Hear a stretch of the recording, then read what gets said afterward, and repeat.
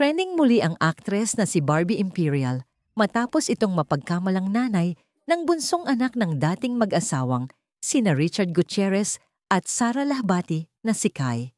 Ito ay matapos silang mamataan na magkakasamang naglalakad sa isang parking area. Sa isang video na kasalukuyang kumakalat sa TikTok, makikita si Barbie na nauunang naglalakad habang nakaakbay kay Kai, ang 7 taong gulang na anak nina Richard at Sara. Kasunod nila si Richard. Kung hindi mo sila kilala, iisipin mong isa silang buo at masayang pamilya, na si Barbie ang ina, si Richard ang ama, at si Kai ang kanilang anak. Kitang-kita sa video ang maalaga at mapag-arugang kilos ni Barbie habang nakaakbay sa bata.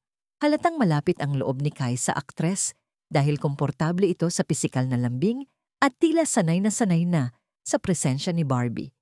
Isang patunay na madalas silang magkasama. Ang viral video na ito ay tila sagot sa matagal ng tanong ng marami. Si Richard Gutierrez pa rin ba at Barbie?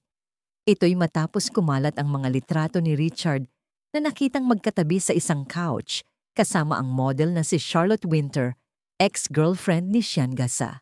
Dahil dito, nagkaroon ng espekulasyon na hiwalay na umano sina Barbie at Richard, at si Richard ay pumoporma na sa ibang babae.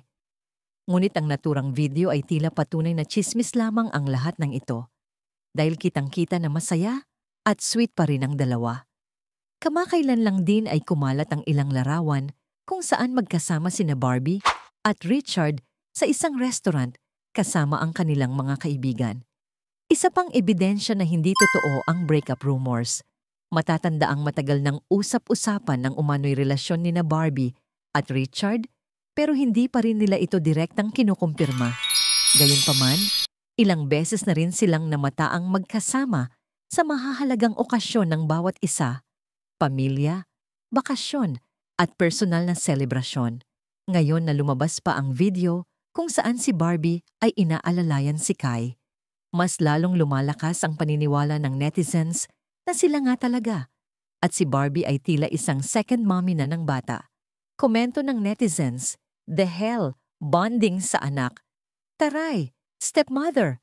Swerte ni Barbie, nakahanap siya ng gwapo, mayaman, mabango at sikat na partner. Lahat ng babae, pangarap maging jowa si Richard. Ano ang masasabi niyo sa balitang ito?